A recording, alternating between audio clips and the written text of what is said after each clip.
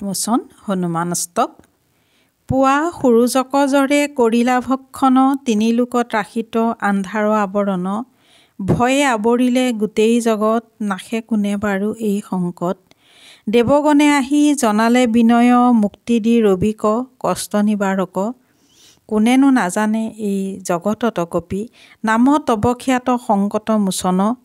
বালি ভয়ে কপি কৰে গিৰিবাস, জাত প্ৰভু দেখি এৰিলা বিশ্বাস। মুনি অভিশপ্ত এই গিৰিবৰ, প্ৰৱেশিলা কোন ভাবিলা বিস্তৰ। কোনে বিপ্ৰৰূপে ভেটি ৰাঘৱক, শোক নিবাৰি তুহিলা দাসক। কোনেনো নাজানে এই জগতত কপি, নাম তব খ্যাত সংকট মোচন। সীতা অম্বেষণ অংগত সহিতে, প্ৰৱেশিলা বন ৰাজ আদেশতে। সীতাৰ সংবাদ নানি যি ফিৰিব, ৰাজ আজ্ঞা তাৰ প্ৰাণদণ্ড হ'ব।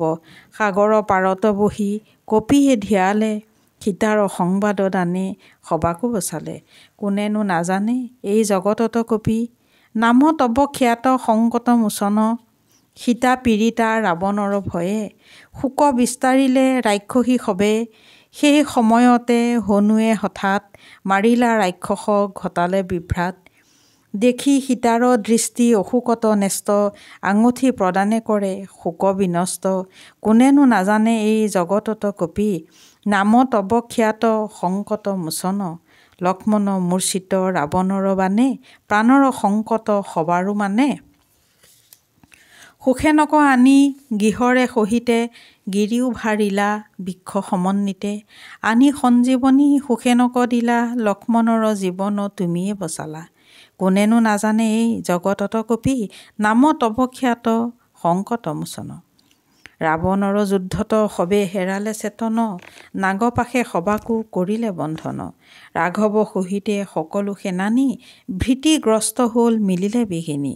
গৰুড়ক আমন্ত্ৰিত হনুমান বীৰে, সংকট নাশিলা চকু প্ৰচাৰে।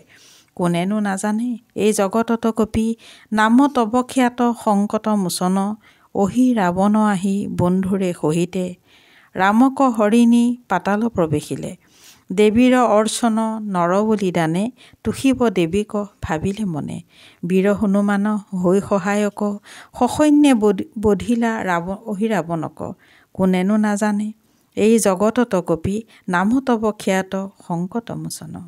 দেৱ কাৰ্য যত দেখিলা অনেক, সকলো সাধিলা প্ৰচাৰী বিবেক।